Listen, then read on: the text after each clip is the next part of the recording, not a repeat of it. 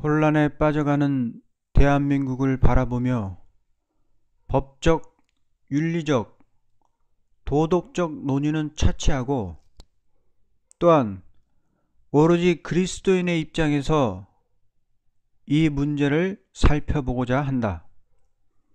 진리 안에서 우리 모두는 죄인이고 그 죄를 사하시기 위해서 우리 주님이 십자가를 지셨다.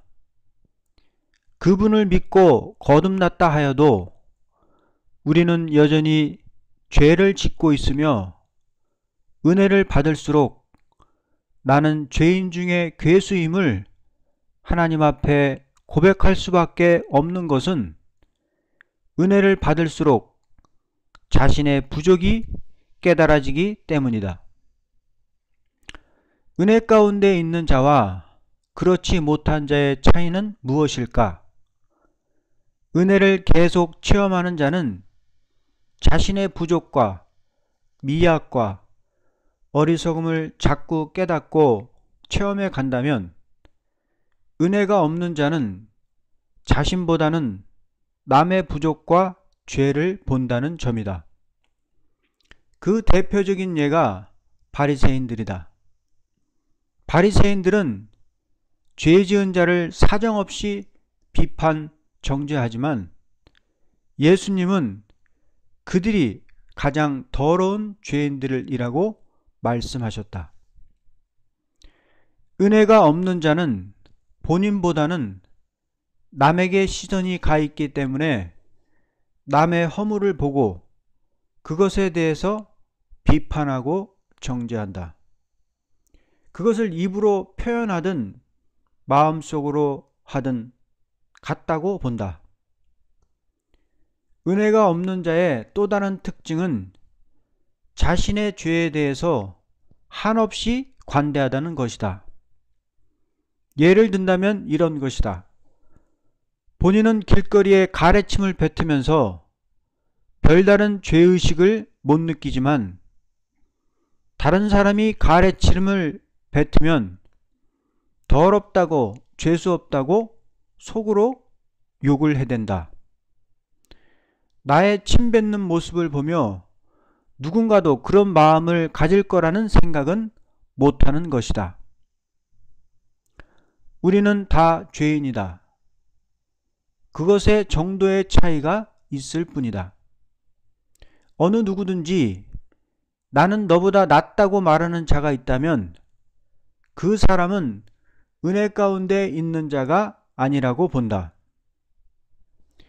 나의 체험을 말하자면 중생받고 이제껏 하나님의 은혜 가운데 살아왔는데 지금에 와서 나의 고백은 나는 죄인입니다가 아니라 하나님 아버지, 나는 이 80억 인구 중에서 제일 더러운 인간이고 제일 못난 인간이고 제일 무식한 인간이고 제일 미약한 인간이고 제일 음란한 인간입니다. 죄인 괴수 중에 괴수입니다. 라는 기도를 드린다. 이유인 즉슨 하나님의 은혜 가운데 통회의 역사가 있을 때 나보다 더럽고 악하고 음란한 죄인이 없다고 느껴지면서 위와 같은 고백이 절로 나왔던 것이다. 이와 같이 은혜는 나의 죄를 깨닫게 하고 은혜가 없는 자는 남의 죄를 보게 된다. 이렇게 봤을 때 신앙인으로서 참으로 안타까움을 느낀다. 박근혜 대통령이 죄를 지었다. 그러면 그 죄에 대해서 벌을 받으면 된다. 그것이 세상 법정이든지 아니면 마지막 심판대 앞에서든 누구든지 심판대 앞에 서서 지은 죄에 대한 값을 받게 되어 있다. 어느 누구도 예외는 없는 것이다. 엄밀히 말하면 어떤 인간의 죄에 대해서 다른 인간이 온전한 심판을 할 수가 없는 것이다.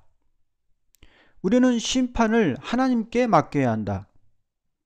나나 그 사람이나 별로 다를 게 없는데 나도 심판대에 설 인간인데 누구를 비난하고 조롱할 수 있겠는가? 그러한 행위는 죄를 더 짓는 일일 뿐인 것이다. 재림주 예수님이 오시는 것은 이 세상을 심판하러 오시는 것이다. 그분만이 온 세상을 온전히 심판할 자격이 있는 것이다. 성경 계시록에는 모든 사람의 죄가 전부 책들에 기록이 된다고 말씀했다. 몇 년, 몇 월, 며칠, 몇 시, 몇 분에 이러이러한 죄를 지었다고 기록이 다 돼 있는데 심판대 앞에 가서 변명할 수가 없는 것이다. 이 세상에서는 인간들이 모르게 완전 범죄라는 것도 있지만 마지막 심판대 앞에서는 다 드러나게 돼 있다. 만약에 최순실의 죄들이 밝혀지지 않고 묻혔다고 해도 그들의 죄들은 심판대 앞에서 낱낱이 밝혀질 것이고 그에 따른 형벌을 받을 것이다. 지옥에서의 그 형벌의 고통은 상상할 수 없는 고통이다. 이 땅에서 타락한 인간이 다스리는 나라는 다 죄가 있고 다 비리가 있다. 우리나라도 역대 정권 중에 비리가 없었던 정권이 있었던가? 다양한 형태로 드러나지 않게 해서 그렇지 사람들이 모르는 비리는 훨씬 더 많을 것이다. 어느 누구도 엄청난 권력을 쥐게 되면 돈의 유혹에서 자유로운 사람은 한 사람도 없다고 본다. 그리스도인들이여, 이 땅에서 온갖 죄와 편법으로 떵떵거리며 사는 사람들을 부러워 말라. 지금의 그들의 천국 같은 생활이 나중에 지옥 같은 생활로 변할 수 있는 것이요. 정직하게 일하면서 한 달에 100만 원을 벌어도 작은 일에 충성하면서 우리 주 예수 그리스도가 다스릴 의의 왕국을 소망하는 자는 천국의 복락을 누릴 것이다. 이 땅의 성공이 참 성공이 아니요, 이 땅의 실패가 참 실패가 아니다.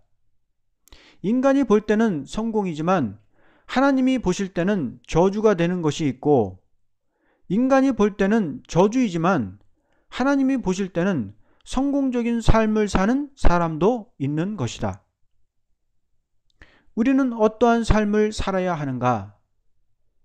죄짓고 맨날 하나님 아버지 앞에 나가서 용서를 비는 어린아이 같은 신앙을 버리고 죄 가운데 방황하는 형제를 바른 길로 인도해 줄 수 있는 인격이 되어서 하나님 아버지를 기쁘시게 해드릴 수 있는 성숙한 자녀가 되도록 끊임없이 기도하며 신앙의 진보를 이루어 나가는 것이 성공적인 삶은 아닐까.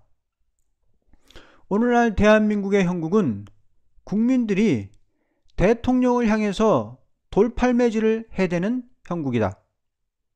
대통령을 향해서 입에 담지 못할 욕을 하고 대통령을 동물 이름으로 빗대어 부르고 온갖 비난을 퍼붓고 욕을 하고 조롱하는 모습을 보면서 참으로 안타깝다. 그렇게 하는 것이 결코 정의롭고 공의로운 행위가 아님을 알려주고 싶은 것이다. 몰라서 그럴 수도 있기 때문이다. 우리 성도들은 그렇게 행동해서는 안 될 것이다. 진리를 알고 믿는다고 하면서 그렇게 어느 누구를 욕을 하고 비판하는 것은 나에게 죄를 더 씌우는 우매한 짓인 것이다. 내가 제일 죄인인데 은혜를 받고 나니 내가 제일 악한 인간인데 누구를 욕하고 비난할 수 있단 말인가? 내가 어떤 죄인을 향해서 그를 정죄하고 비난할 수 있는 사람은 죄가 없는 자만이 할 수가 있는 것이다. 만일 하나님께서 어떤 종에게 박근혜 대통령에게 가서 그의 죄를 깨닫게 하고 회개시키라는 말씀을 주셨다면 그대로 전하면 되는 것이다. 구약의 나단 선지자가 했던 것처럼 그대로 하나님의 말씀을 전하면 되는 것이다. 목적은 왕을 회개시켜서 살리는 것이 목적이지 죽이려는 것이 아니다. 대통령이 죄를 범했다고 해서 죽이려고 달려드는 것은 마지막 계시록에 나오는 황충이 같은 악인들이 하는 짓이다. 대통령은 하나님께서 세운 것이다. 이미 하나님께서는 다음에 한국 대통령도 예비해 두셨다. 대통령은 국민들이 투표로 뽑는 것이 아니고 백성들의 마음을 주관하시는 하나님께서 뽑는 것이다. 하나님께서 세우신 대통령을 인간이 내리려는 것은 월권이고 범죄이다.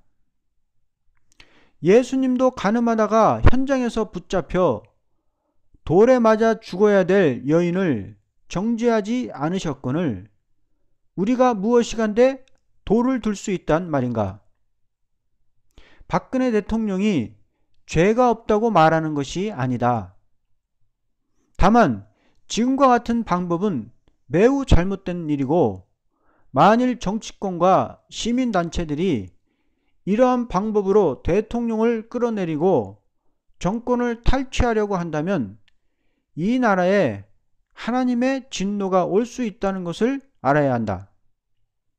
우리의 할 일은 우리나라가 닥친 이 정치 부패와 경제 파탄, 종교 타락, 인심 악화의 혼란 속에서 중심을 잡고 말씀을 지키며 죄를 멀리하고 하나님께 부르짖어서 이 혼란한 영계를 수습할 수 있는 다윗과 같은 요시야 같은 대통령과 엘리야 같은 엘리사 같은 하나님의 종들이 우리나라에 나타나서 이 나라를 바로 지도해 갈 수 있게 해달라고 기도하는 것이 성도들의 할 일인 것이다.